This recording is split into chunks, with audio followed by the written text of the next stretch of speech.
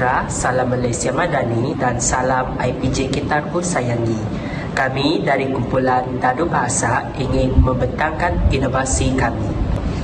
Kumpulan kami terdiri daripada 2 orang, iaitu saya sebagai ketua kumpulan, Darren Analiki, bersama rakan seperjuangan saya iaitu Ronald Anak Jamil. Dengan adanya penghasilan bahan batu mengencang ini, kami juga telah mengenal pasti beberapa isu yang berkaitan. Yang pertama adalah murid sentiasa keliru membezakan penggunaan kata nafi tidak dan juga bukan. Yang kedua adalah murid tidak memahami fungsi kata nafi berdasarkan jenis, frasa dan konteks ayat. Seterusnya adalah murid sering melakukan kesalahan penggunaan kata nafi dalam penulisan dan juga pertuturan. Yang keempat adalah kaedah pengajaran sedia ada kurang menarik dan kurang membantu murid memahami konsep kata nafi itu sendiri.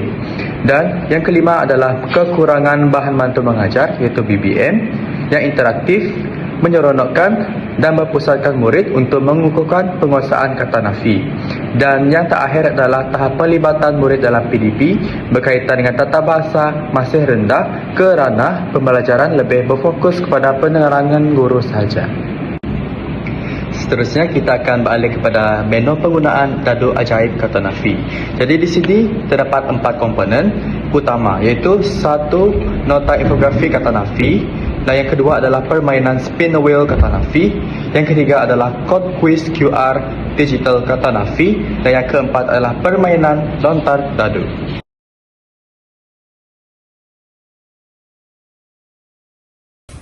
Baiklah, sekarang saya akan menunjukkan cara-cara untuk menggunakan ataupun bermain BBM ini.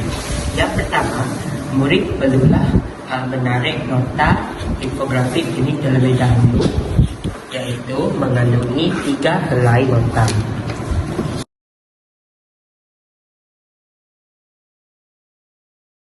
Kemudian murid akan membaca nota ini dengan bimbingan guru.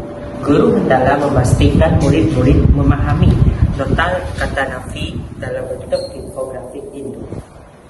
Okay.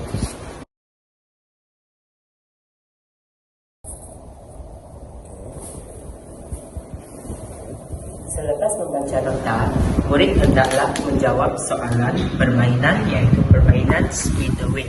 Terlebih dahulu, murid perlulah memusing roda ini untuk mendapat nombor soalan, dan anak panah ini adalah petunjuk soalan yang perlu dijawab oleh murid, iaitu soalan A4 bermaksud soalan bahagian A.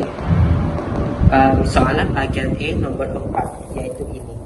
Latihan bahagian A soalan 4. Contohnya, Ali berasa sedih kerana keputusan pemeriksaannya tidak memuaskan.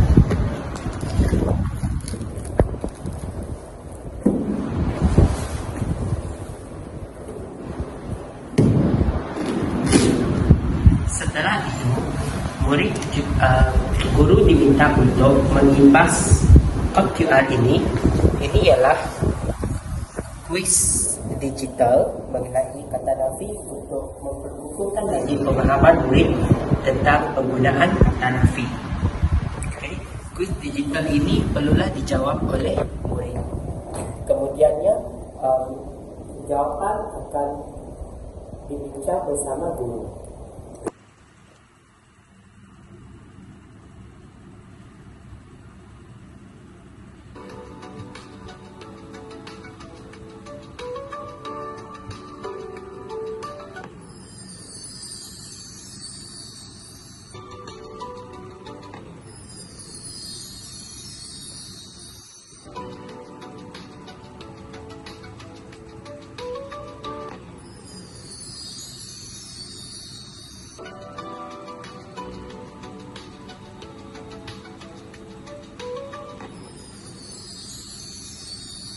Langkah yang keempat iaitu permainan lontar dadu. Di sini terdapat 1 biji dadu kecil. Murid perlulah melontar dadu tersebut ke atas lantai ataupun meja dengan perlahan-lahan.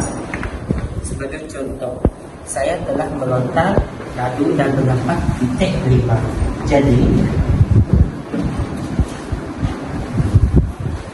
titik 5. Jadi murid akan diminta untuk memilih titik kelima dalam gambar ini, yaitu gambar pisau. Kemudian membina ayat berdasarkan gambar ini dengan menggunakan kata nafi. Contoh ayatnya ialah pisau ini tidak tajam.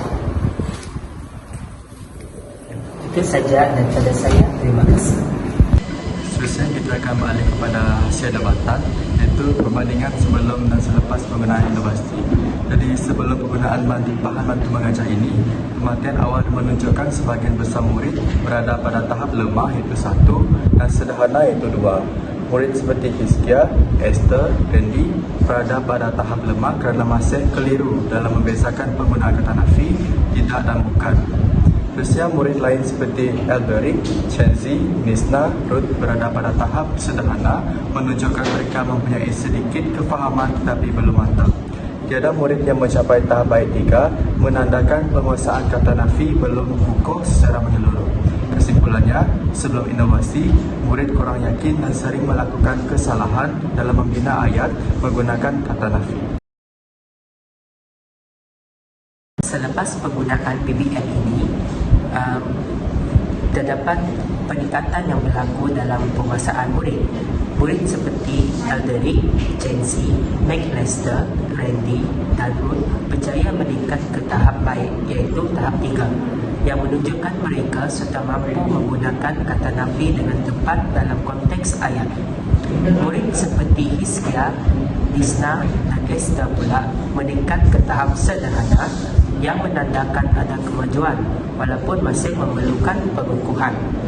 Tiada lagi murid yang berada pada tahap yang lemah, dan ini membuktikan bahawa inovasi ini berjaya mengurangkan kekeliruan asas penggunaan kata nafi. Kesimpulannya, selepas inovasi, murid lebih yakin, aktif dan mampu untuk mengaplikasikan penggunaan kata nafi dalam aktiviti lisan dan penulisan dengan lebih tepat.